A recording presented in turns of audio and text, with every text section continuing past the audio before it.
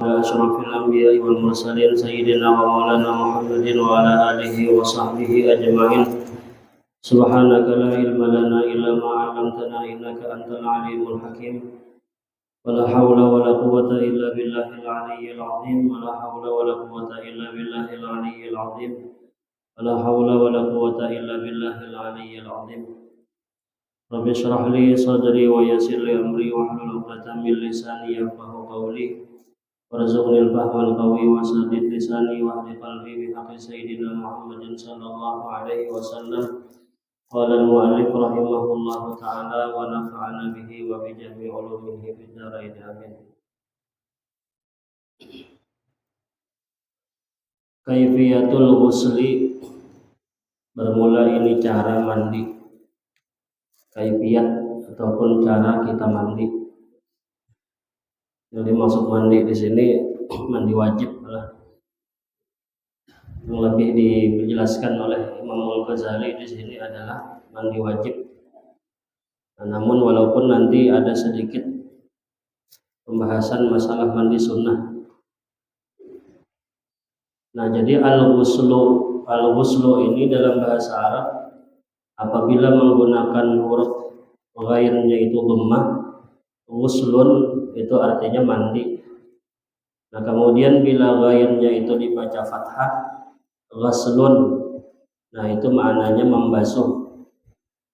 Nah, jadi hati-hati kita bila mandi wajib itu harus menggunakan ghair yang barisnya dhammah, nawaitul ghusla.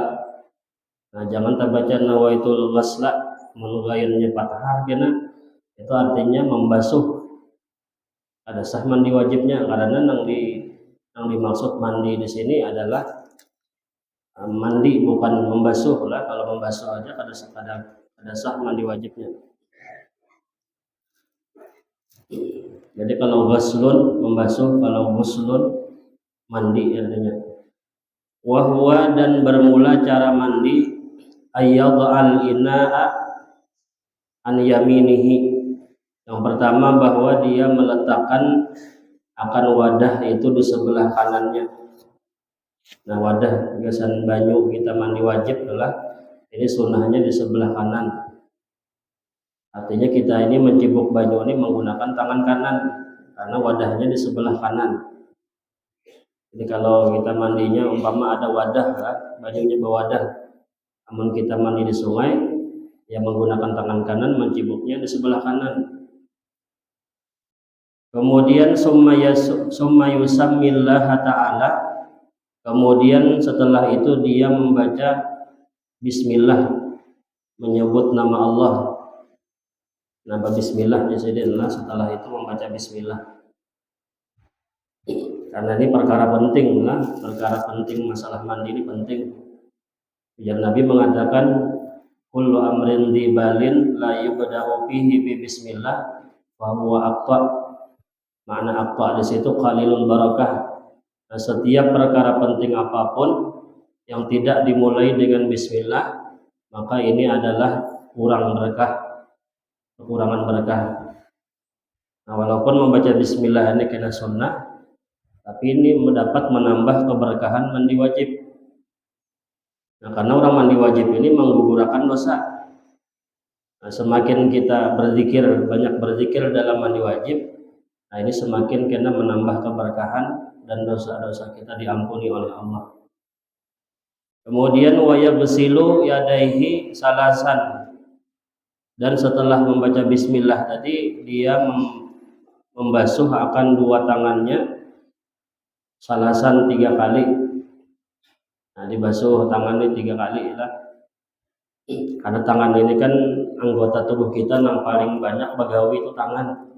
Jumput-jumput apa aja pakai tangan, bagawi-gawi apa aja menggunakan pakai tangan. Nah, karena tangan kita sering menyentuh yang kotor-kotor, maka tangan ini dahulukan untuk dibasuh. Nah, terutama karena imbah kita datang bagawi di bawah kuku-kuku ada kan banyak tanah-tanah lah. Atau penting dibersihkan bujur-bujur di saat mandi wajib. Karena bila ada tanah di bawah kuku itu kan ada sampai banyu ke bawah kuku. Atau di tangan kita itu ada sesuatu yang menghalangi akan sampainya banyu ke kulit. Misalnya ada lem-lem kah misalnya, atau ada sisik iwak kah misalnya babinian bakas menjang iwak. Nah, jadi dibersihkan tangan. Summa yastanjia, kemudian dia beristinja. Nah, setelah tangan dibasuh kemudian beristinja. Nah, kenapa disuruh beristinja? Karena kita ini karena mandi wajibnya itu kadang lagi menyentuh kemaluan. Karena sunnahnya sebelum kita mandi wajibnya karena kita berwudu dulu, berwudu seperti wudu sembahyang. Nah, pas waktu kita mandi wajibnya itu karena kadang usah lagi menyentuh kemaluan. Karena bila tersentuh kemaluan lagi maka wudu kita itu hukumnya batal. Maka didahulukan kita membersihkan kemaluan. Maka kemaluan depan, kemaluan belakang, ubul dan dubur ini dibersihkan dahulu. Summa yastanjia, kemudian dia beristinja. Kama wasaftu laka, sebagaimana telah aku sifatkan bagimu. Nah, sebelumnya sudah ada pembahasan masalah istinja. Wa yuzilu ma'ala badanihi min najasatin, kemudian dia menghilangkan kotoran-kotoran atau najis yang ada di badannya. Nah, setelah dia beristinja tadi kemudian bergisik pulang, ya kan? Daki-daki di awak ini digisik dahulu. Jangan kita langsung baku boy mandi, berniat langsung mandi wajib, pada dahulukan sunnah-sunnahnya ini bergisik dulu. Bergisik, dibuangi daki-daki. Karena bilanya kada kita buang, daki-daki ini menghambat sampainya banyu ke kulit. Nah, bila sudah dakinya hilang, kotoran di awak kita sudah bersih. Nah, baku boy itu karena sekali 3 kali baku boy pun umpama sampai sudah sebukuan awak nih banyu. Makanya Nabi itu kan sidin mandi wajib tuh cukupnya hanya 4 mut aja. 4 mut itu kalau di takaran orang fitrah itu kan segentang sebetulnya kan, 1 sak. Jadi 4 mut itu seperti takaran orang berfitrah. Nah, itu cukup 4 mut aja karena Nabi cara mandinya tuh sebelum mandi wajib itu sih begisik dulu, bersih, hilangkan daki-dakinya. Nah, selain Nabi itu menggunakan cara yang begisik tadi berdahulu, dan juga Nabi Muhammad tuh beliau punya kulit lebih halus daripada kulit kita. Nah, sidin tuh bila baku boy sekali kan langsung rata sebukuan awak, karena kulitnya pun halus, kulit sidin tuh. Sekali baku boy habis langsung rata sampai ke ujung batis rata banyunya. Namun kita ini lain kulit kita ini kalau lain kulit Nabi. Kita ini mirip kayak muda aspal kulit. Sekali baku boy itu langsung dihisapnya oleh apa? Oleh kulit. Sajidar kita cukup besan baku boy kepala aja dulu ya kan. Belum apa-apa lagi mau kepala aja nanti dibersihi, belum lagi awak. Dan Nabi menggunakan 4 mut sidin. Nah, jadi membersihkan najis-najis yang ada di badan. Inkanat jika ada najisnya jasidin. Nah, kemudian sumaya tawadha, kemudian setelah bergisik tadi kemudian baru berwudu. Nah, sudah rata berataan, kubul dan dubur sudah dibersihi, awak sudah digisik berataan, setelah itu baru berwudu. Sumaya tawadha wudu'ahu lis-shalah, kemudian dia berwudu sebagaimana wudu untuk sembahyang. Nah, sama wudunya ya kan, membasuh muha, membasuh 2 tangan, menyapu kepala, membasuh 2 batis. Kama wasafna, sebagaimana telah kami sifatkan tentang masalah wudu yang sudah dibahas sidin. Illa ghaslul qadamaini, kecuali membasuh 2 telapak kaki. Nah, jadi wudunya ini karena ditinggal membasuh batis badudi aja.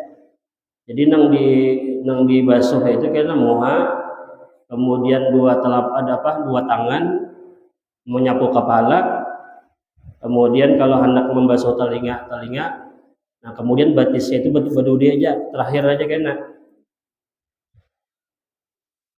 Fa innahu yuakhiruhuma, maka bahwasanya 2 telapak kaki itu diakhirkan keduanya, didudiakan.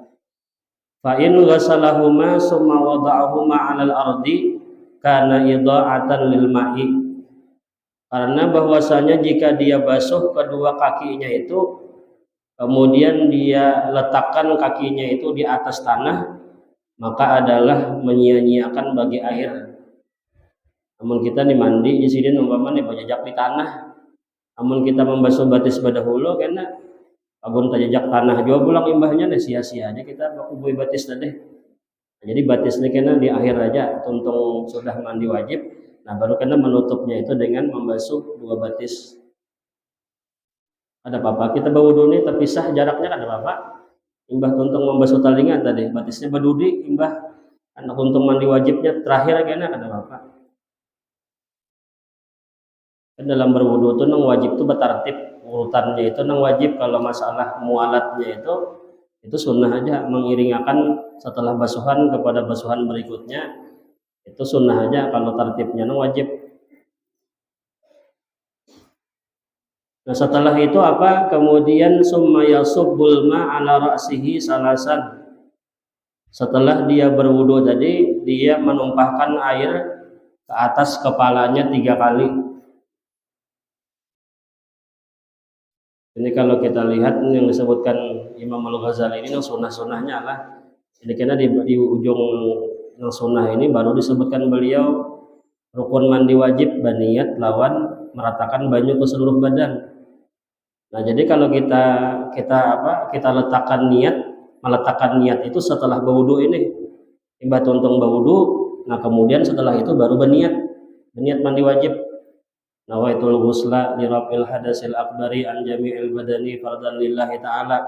Nah baru setelah itu bakubui kepala 3 kali. Nah mulai kita berniatnya adalah kalau yang di awal tadi kan pertama membasuh tangan, istinja, wudu, ini sunnah-sunnahnya. Nah setelah berniat tadi kemudian dia menumpahkan air ke atas kepala 3 kali. Nah di saat banyu pertama menyentuh kepala, nah di situ kita mengandak niat dalam hati. Jadi jangan tadahulu pada membasuh kepala, jangan juga tadahudi pas baimbai kita adalah baimbai bakuboynya itu. Summa ala syiqihil aiman salasan. Kemudian atas sebelah kanannya yang sebelah kanan 3 kali. Summa ala syiqihil aisar salasan. Kemudian di atas sebelah kirinya 3 kali. Jadi kepala 3 kali, sebelah kanan 3 kali. Kanan ini kan muka belakang ya lah. Kemudian sebelah kiri pun 3 kali. Jadi kita mandi wajib nih kayak model orang mandi mayit lah. Mandi yang pertama begosok, bakuboy biasa itu mandi bakubal aja bahasanya lah. Nah nang iyanya nih karena mandi wajibnya nih nang mulai kita baniat ini, baniat menguboy nang 3-3 tadi, kepala 3, sebelah kanan 3, sebelah kiri 3.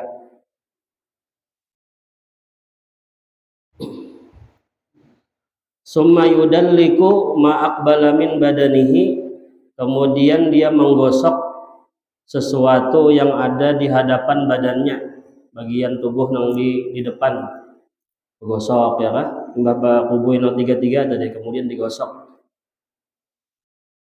Menggosok ini pun sunnah aja lah, termasuk sunnah mandi. Wama adabara, dan kemudian anggota yang di belakang. Anggota yang di belakang digosok juga, yang di muka, yang di belakang. Kemudian wa yukhallilu sya'rar ra'si wal lihyati, dan kemudian dia menyelati rambut kepalanya dan janggutnya. Nah ini diselati ini artinya digisik-gisik bujur-bujur supaya banyu itu masuk di sela-sela rambut dan janggut. Apalagi rambut nang tabal ya lah, rambut nang tabal itu bujur-bujur karena diselat-selati. Menyelati ini kan sunnah aja sebenarnya. Apabila tanpa diselati pun banyu sudah sampai ke sela-sela rambut tadi. Tapi bila tanpa diselati kada sampai banyu ke sela rambut itu, maka menyelati ini kena jadi hukum wajib. Nah, jadi wajib hukumnya. Apalagi rambut orang umpama nang apa? Ribo kan sambatannya nang tabal tah. Kayak apa nih? Kayak tanggoy sambatannya kalau bulat rambutnya nah, itu tabal pada itu kena harus bujur-bujur begisik benar itu supaya rambut bujur-bujur basah berataan. Yang paling nyaman tuh begundul aja sudah ya kalau lah. Amun rambut gundul nih nyaman benar makuboy rata berataan.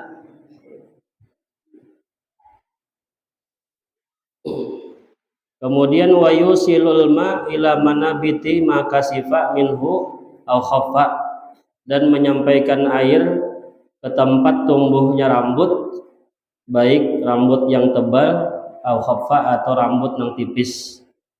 Jadi harus sampai banyu ini kemana? Ke tempat tumbuhnya rambut.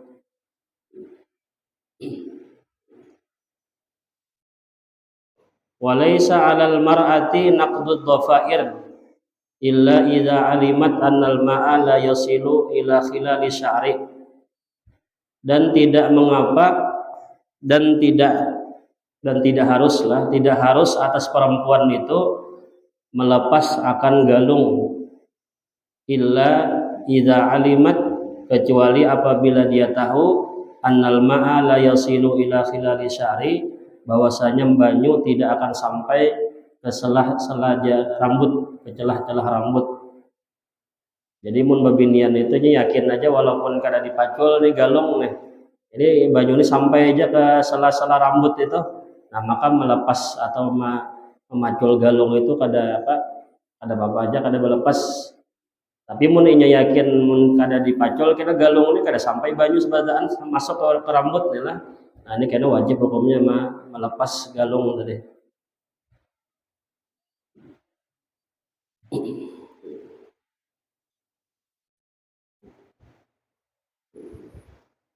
Kemudian wa yata'ahhadu ma'atifal badan, dan dia kemudian lagi memperhatikan lipatan badan.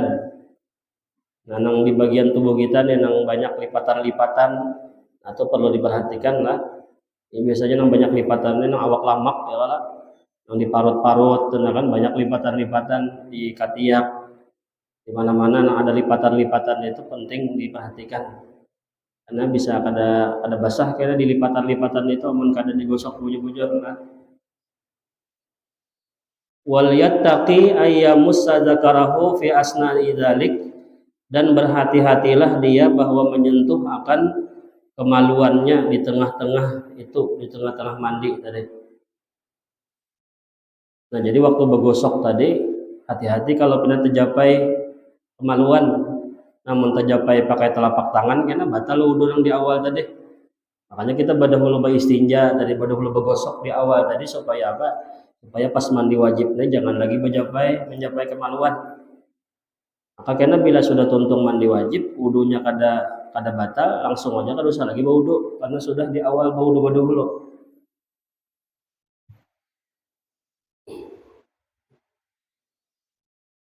Fa in fa'ala dzalik, maka jika memperbuat yang demikian itu apabila tersentuh, maksudnya lah bila tersentuh kemaluan, maka fal ya'ud dal wudu, maka hendaknya dia mengulangi akan wudunya. Nah, wudu yang di awal tadi batal, maka harus mengulang karena di akhir mandi wajib.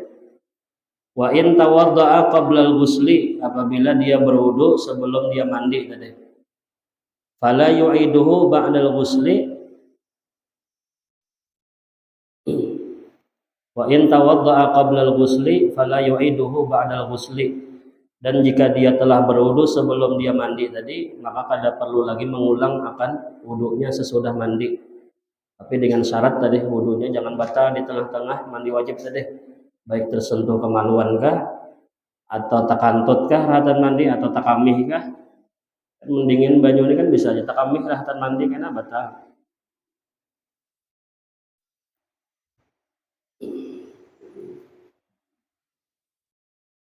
Jadi ulama mengatakan kenapa kita tuh disuruh berwudu pada hulu, supaya di saat kita mandi itu kita kada lepas daripada zikir.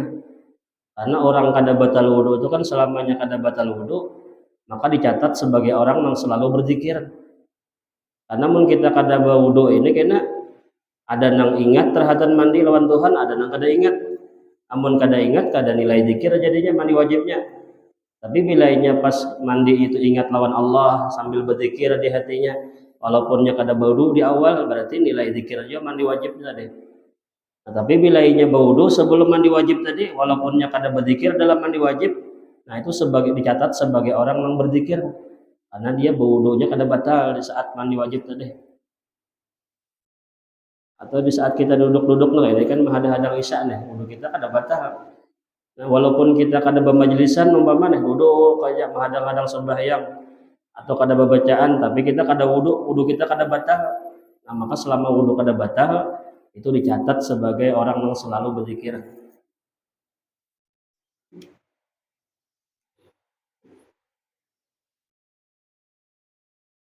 Fahadihi sunanul wudu wal ghusli, maka ini jadi Imam Ghazali adalah sunnah-sunnah wudu dan sunnah-sunnah mandi. Zakarna minha, kami sebutkan dia daripadanya itu mala budda lisaliki tariqil akhirah, sesuatu yang pasti diketahui oleh orang yang berjalan menuju akhirat, min ilmihi, daripada mengetahuinya, wa amalihi, dan kemudian mengamalkannya. Jadi masalah sunnah mandi ini disediakan bagi orang yang bujur-bujur hendak mendalami akhirat, ya kan, hendak berjalan menuju Allah, ini harus tahu masalah ini, masalah mandi wajib. Jadi jangan masalah dunia aja yang kita perdalam ilmu, ya, ilmu akhirat pun masalah mandi wajib ini wajib tahu kita berataan. Dan ini fardu ain hukumnya. Kita belajar wudu, belajar mandi wajib ini fardu ain.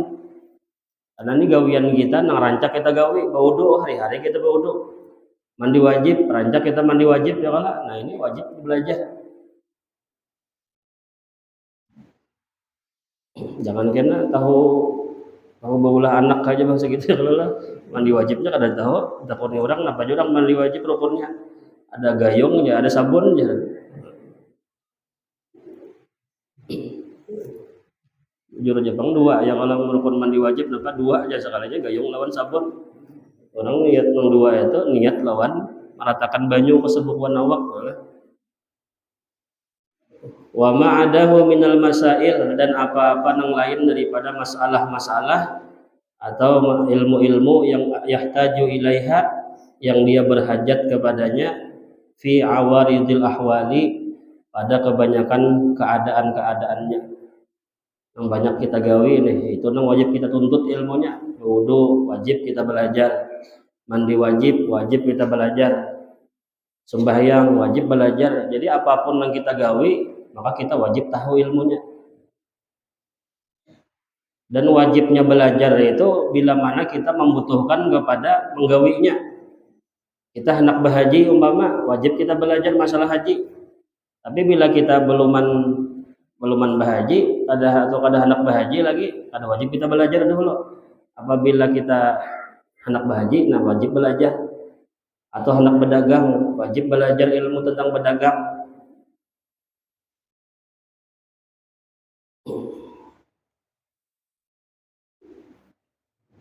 Nah kalau mandi wajib ini kita mengkadasah mandi wajibnya habis seberataan kita di pacangan berdosa darus.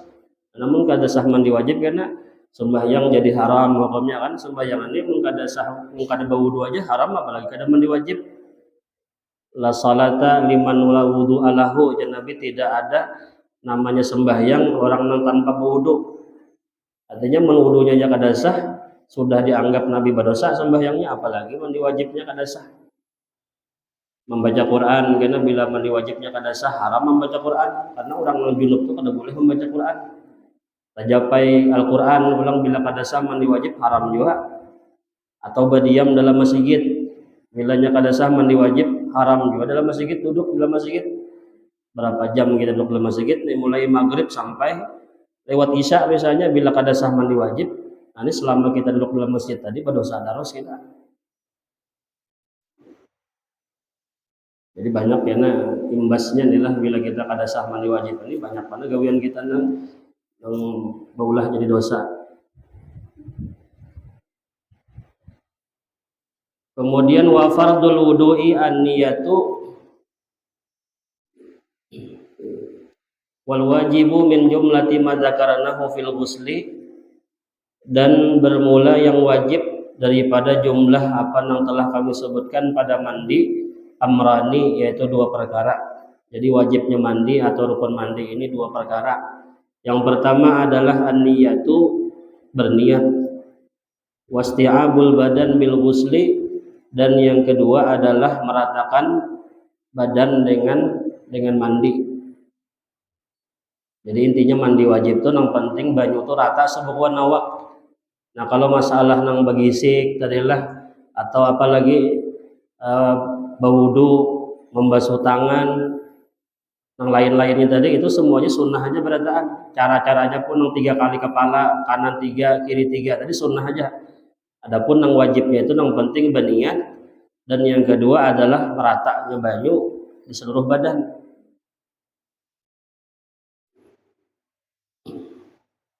Jadi mun kita mandi wajib atau bercabur misalnya ke sungai, berniat bercabur. Nah kalau bercabur tadi sudah rata sebukuan awak, naik langsung itu sah mandi wajibnya karena rata sudah. Cuman kita kayak dapat pang sunnah apa tadi sunnah nang mandi wajib tadi.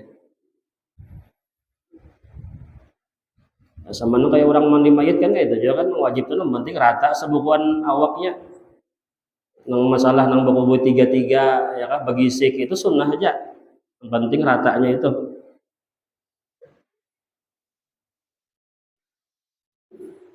Ada orang bahari itu kada tahu di ilmunya ya kalau mandi wajib, mandi mayitnya datang ke kampung orang nih. Datang ke kampung orang nih kisah bebulang, bagamis macam-macam. Jadi orang kampung ini melihat pindah potongan orang alim. Pas kebetulan ada orang meninggal, disuruh orang ayam mandi mayit. Ya kada tahu, orang kada tahu ilmunya nih. Ayo ayam bah itu dihakuninya. Anak ada hakun ganti supan sudah bebulang-bulang ya kalau pasupani mau pada kada bisa. Aku naik diterima tawaran orang kampung tadi. Jadi ujar nang si nang bebulang tadi syaratnya buah nikam bila aku memandi karena buah nikam jangan umpat aku sorangan aja jangan umpat dah ya Allah. Akhirnya di dinding ya mulai tengah rumah di dinding gitu ke belakang rumah ini kan dikosongi ini sorangan aja lawan mayit tadi. Jadi orang kampung ini di ruang tamu itu membaca yasin, membaca tahlil macam-macam. Jadi di belakang ini bingung nasi bebulang tadi kayak apa caranya mandi orang mati kada suah sama umur kada suah. Pas kebetulan di belakang rumah ini sungai, ya kan sungai nih ada sungai landas sungainya. Jadi langsung dibawanya ke batang langsung mayat tadi, bawanya ke batang, digusak-gusaknya, digusak-gusaknya yang penting rata. Itu kan sah aja sebujurnya sudah cuman kayak dapat pahala sunnah memandi, ya digusak-gusaknya di sungai, digusaknya tadi jaguru dari larut sekalinya mayatnya. Karena mungkin kada pisit mengikuti larut mayat tadi di sungai tadi. Anak mencaburi kati takutannya banyu landas. Nah imbah itu lawas kan berpikir kayak apa caranya supaya jangan disangiti orang kampung nih. Karena sudah lawas dibuka orang mayit tirai tadi. Mana mayitnya jurang? Jar mayit ikam nih wali Allah Taala diangkat Tuhan ke langit jangan pada itu kayak itu ya kalau hendak dimanakan larut ibu kali orang kampung. Jadi pada mayit Tuhan ikam nih jar wali Allah Taala tadi pas rahatan mandi diangkat Tuhan ke langit. Ini gara-gara anak penampilan aja tapi ilmu mandi orang mati kada bisa.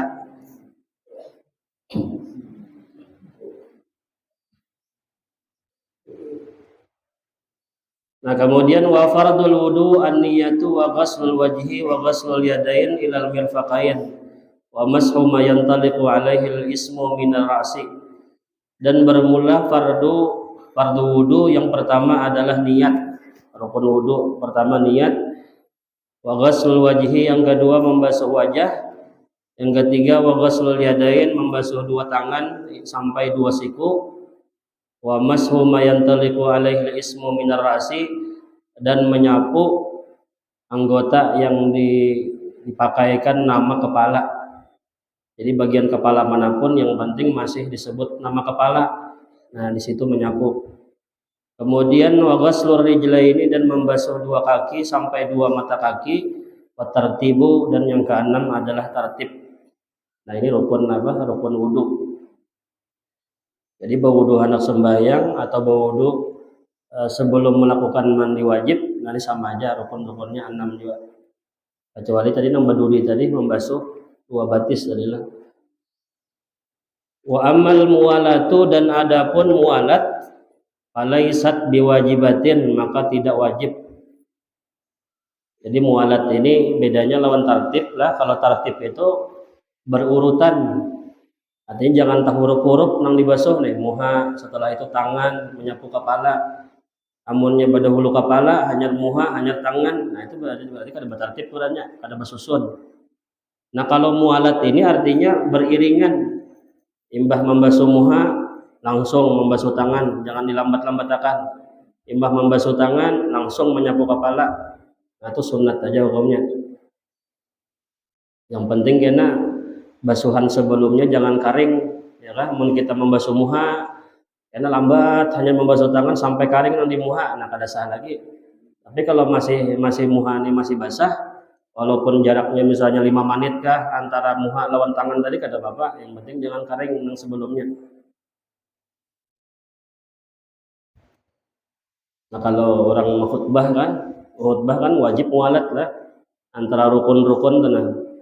Alhamdulillah, salawat, wasiat takwa itu jangan lawas-lawas, artinya berurutan langsung dibaca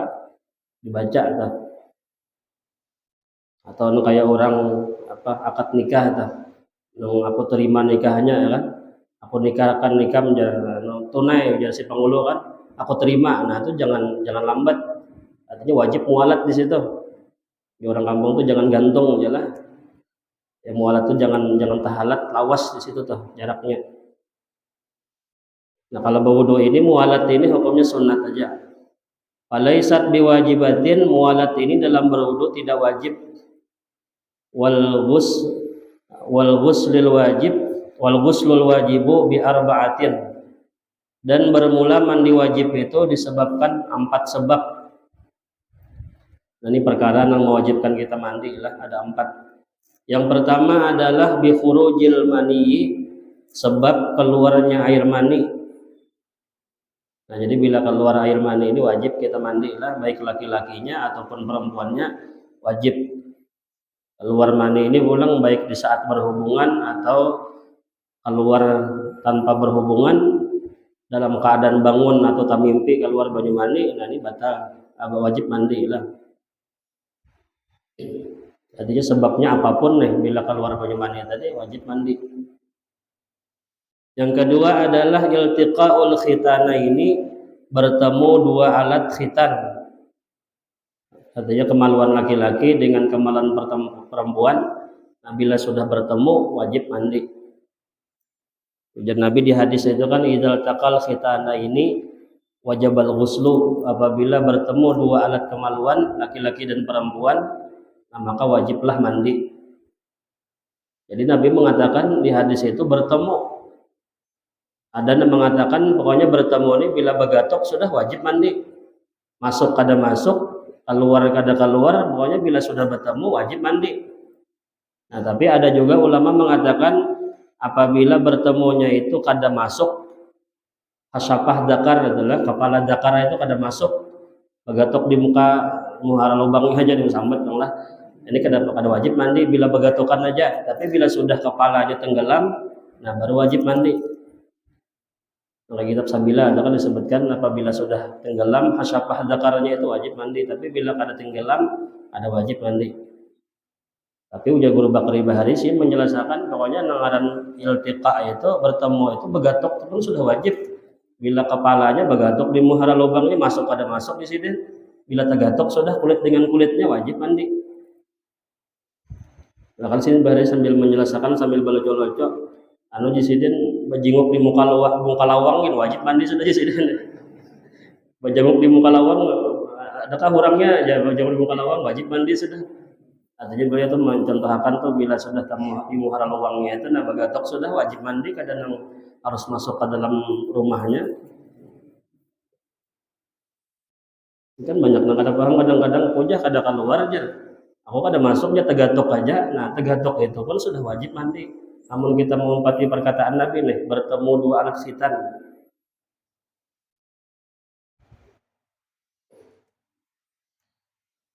Kemudian yang ketiga adalah sebab mandi wajib wal haidu, dan haid, wan nifasu, dan nifas. Nah ini khusus bagi perempuan lah, haid nifas ini bagi perempuan. Kalau keluar banyu mani bertemu 2 alat khitan tadi, bila terjadi pada laki-laki perempuan, nah ini sama-sama wajib mandi. Dan wajibnya mandi bagi haid dan nifas ini karena bila sudah yakin tihis darahnya, bila sudah yakin bersih, hanya wajib mandi. Dan wajibnya mandi itu pun menyegerakan tuh wajib bila memang hendak sembahyang atau waktu sembahyang sudah mepet, nah wajib bersegeranya mandi. Nah kalau kada masuk waktu sembahyang lagi ataupun waktunya masih panjang, jadi masih disunahkan menyegerakan mandi wajib tadi. Jadi mandi wajib haid nifas ini bila sudah yakin berhasil lah, bila kada yakin berhasil kada boleh mandi wajib. Bahkan di kitab itu disebutkan haram hukumnya bila orang nih ragu-ragu berhasil kah belum kah. Alaunya mandi berniat mandi wajib, nah maka hukumnya haram. Bilanya kada yakin, jadi harus yakin bujur-bujur. Kemudian wa ma'adahu minal aghsali sunnatun, dan adapun yang selain daripada itu, selain daripada yang 4 tadi, hukumnya mandinya mandi sunnah.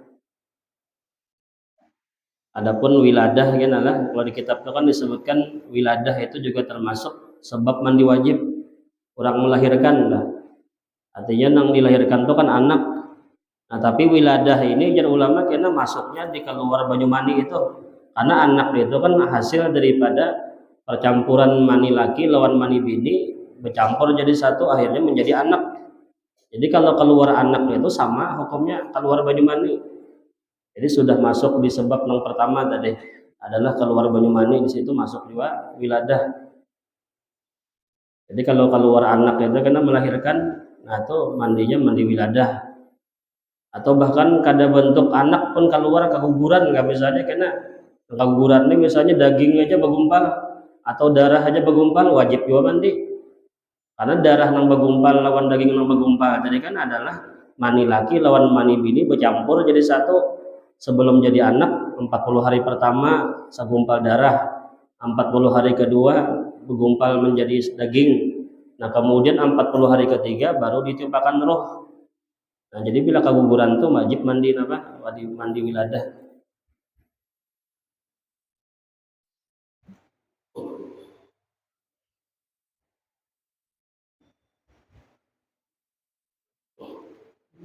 Kagus lil aida ini, nah mandi yang disunahkan ini seperti mandi 2 hari raya, Idul Fitri dengan Idul Adha. Kemudian wal jumu'ati, dan mandi hari Jumat. Ini juga sunnah lah. Nah, sunnahnya mandi Jumat ini karena bila kita hendak berangkatnya, itu yang afdalnya nih. Bila kita berangkat jam 11 umpama kan, nah kurang lebih ya seperempat jam sebelum tolak tuh mandi kita sunnah. Kemudian wal a'yadu, dan kemudian ayat ini hari raya kan. Kemudian wal ihramu, dan kemudian adalah ihram, mandi hendak berihram ya. Sebelum berihram itu disunahkan mandi. Kemudian wal wuqufu bi Arafah, dan wukuf di Arafah. Nah, sebelum dia wukuf di Arafah itu disunahkan juga mandi. Wa Musdalifah, dan kemudian bermalam di Musdalifah. Ini juga sunnah mandi sebelumnya. Walidukhuli Makkah, dan sebelum masuk kota Makkah. Nah, sunat juga mandi. Kemudian wasala satu aghsalin, dan 3 mandi lagi yang disunahkan adalah ayyamut tasyrik, yaitu mandi di hari-hari tasyrik 11, 12, 13 Dzulhijjah lah. Sunat 3 hari ini mandi karena menghormati hari tasyrik. Kemudian wali tawafil wida, dan sebelum melakukan tawaf wada, tawaf perpisahan sebelum pulang dari Mekah nih. Ala qaulin, atas satu pendapat. Kemudian wal kafiru idza aslama, dan kemudian juga sunnah mandi orang yang kafir apabila hendak masuk Islam. Orang kafir apabila ia masuk Islam maka sunat mandi. Tapi ini mandi sunnah lah, bukan mandi junub. Kalau junub, yang selama ini junub waktunya kafir itu ada disuruh mandi apa? Mandi wajib. Katanya kan belum Islam. Jadi sunat aja mandi ketika masuk Islam. Kemudian wal majnunu idza afaqa, dan kemudian orang gila apabila sudah sadar daripada gilanya. Nah, ini juga sunnah mandi. Orang gila nih seadanya ampehnya gila. Nah, ketikanya ampeh dari gila itu sunat dimandi. Dan juga apabila orang pingsan, apabila ia pingsan, sadar dari pingsannya, nah itu sunnah juga dimandi. Kemudian waliman ghasala mayyitan fakullu dzalika mustahabun, dan bagi orang yang memandi orang mati ini adalah juga disunnahkan mandi. Mbah tuntungnya nih, mbah tuntung memandi orang mati kan, mbah tuntung segala sampai tuntung menguburakan boleh ke rumah. Nah kita pulang mandi, sunat mandi. Namun kada mandi ini kalau pindah kita dan dimandi orang pulang ya Pak. Jadi sunat mandi. Dan biasanya pian orang pemandian tuh awak sakitan, biasanya sakit awak. Nah bawa mandi kesigar sedikit. Belum sampai wah ini pun mbah tuntung memandi orang mati itu kerasaan buat 3 hari itu sekitar awak. Padahal sudah mandi juga sunat mandi kita. Nah kan ada yang menyarankan menghilangkan awak sakitan itu jadi bawa mandi kambang, sudah juga mencobai dasar kada mau hilang pian dasar memang kenapa kan. Pokoknya bila kita mandi orang mati itu tahan buat 3 hari itu sakitan awak. Atau sunat lah mbak untuk memandi orang mati, sunatakan kita pulang mandi. Nah ini ada ijazah semalam lah, ijazah kita praktek jenazah. Jadi semalam hari Kamis itu kan kita 2 kali pertemuan, ada prakteknya lawan teorinya sudah. Nah kemudian tapi ini ijazahnya 50 buting aja bang. Tapi bila nang kada 4 praktek, ulun ijazahkan juga malam ini lah. Cuman ijazahnya dapat, cuman piannya kada 4 ya kada paham juga bang. Tapi dapat ijazahnya atau bila pian hendak kena bisa aja belajar ke baca-baca di buku kah atau belajar ke guru siapa kan. Tapi ijazahnya sudah ulun anukan saya. Tapi ini 50 buting aja bang, mungkin nang 4 semalam pun bisa kada cukup, kalau mungkin lagi lah bila kada cukup kena bisa ulun tambahkan pulang. Nah ini ulun bacakan sanad praktek jenazah karena pian bila jar ulun ajas tukum pian sahut berataan kami terima. Nah ini ijazatu ghuslil mayyit wa takfinihi wa salatihi wa talqinihi wa tahlil. Bermula ini ijazah memandikan orang mati dan mengafaninya, mensalatkannya, kemudian mentalkinkannya dan tahlil. Nah, kenapa di sini kada disambat menguburkan ya? Talkin itu sudah di kuburan enakannya ya lah. Jadi kan dosa disambat lagi di ijazahnya itu menguburkan. Jadi cukup dengan disebut wa talqinihi dan mentalkinkannya dan wa tahlil dan mentahlilkannya. Nah ini ijazah ini ulun mengambil daripada guru ulun Muhammad Qari, almarhum sudah meninggal. Jadi Martapura itu hari guru Qari ini yang spesialis bukan peninggalan jenazah. Bahkan guru-guru pun banyak belajar masalah mandi orang mati itu lawan sidin, lawan guru Qari ini. Jadi bila anak lulusan biasanya Darussalam itu yang kelas 3 aliyah belajar lawan guru Qari. Nah guru Qari ini mengambil ijazahnya ini daripada Haji Muhammad Ma'mun, guru Ma'mun. Kemudian guru Ma'mun mengambil daripada syekhnya, daripada gurunya Haji Abdullah. Haji Abdullah mengambil daripada abahnya Syekh Al-Arif Billah Haji Muhammad Said. Syekh Muhammad Said mengambil daripada abahnya Syekh Al-Arif Billah Al-Haji Muhammad Sa'ad. Syekh Muhammad Sa'ad mengambil daripada abahnya Syekh Al-Arif Billah Muhammad Qasim. Syekh Muhammad Qasim mengambil daripada Syekh Muhammad Arsyad Al-Banjari Datuk Kalampayan.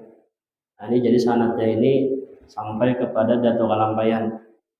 Karena dulu nang awal nang melajari orang-orang Martapura kan Datuk Kalampayan dari, jadi nang mana ada sanad sampai Datuk Kalampayan. Nah ini sanadnya kena tertulisnya sampai Datuk Kalampayan. Jadi ada beberapa orang guru yang sanadnya itu kepada Datuk Kalampayan. Jadi ulun tulis di sini di ijazahnya ini pertama An Khairani dari ulun. Berarti pian kan mengambil dari ulun. Nah ulun mengambil daripada Muhammad Qari. Nah kemudian ulun tulis di ijazah ini juga ajastu ila akhi. Ulun ijazahkan kepada saudara ulun, ukhti atau saudara perempuan, bin atau binti. Nanti kita tulis masing-masing aja ngaran pian. Nah di bawah sini sudah ulun tulis ngaran ulun lawan tanda tangan ulun sudah ada di sini. Jadi kena pian menulis di sini ngaran aran pian lawan bin atau bintinya. Ini ijazahnya lah. Nah, jadi kepada semua jamaah yang hadir malam hari ini, maka ini ijazah pengurusan jenazah dari memandikan, mengafani, mensalatkan, talqin dan tahlil yang sampai kepada Datu Kalampayan, kepada pian berataan ulun ijazahkan. Yang terima. Jadi kena silakan pian hendak mengumpati orang mengurus jenazah umpat aja ya kah? Karena sudah ada ijazahnya. Allah alam bisawab. Mudah-mudahan ada manfaat yang mudah diberikan kepada Allah Subhanahu wa taala, menjadi ilmu yang bermanfaat kepada kita seteratan, dimudahkan mengamalkannya, mudah Allah mengampuni semua dosa-dosa kita, dosa orang tua kita, dosa guru-guru kita diampuni Allah Subhanahu wa taala, dan mudahan dengan berkat kita berkumpul di tempat ini, mudahan terkumpul beratan dalam surganya Allah bersama Rasulullah SAW, dan mudahan kita diwafatkan dalam keadaan husnul khatimah, membawa iman husnul khatimah, masuk surga bighairi hisab ala diniyat ila hadratin Nabi al-Fatihah.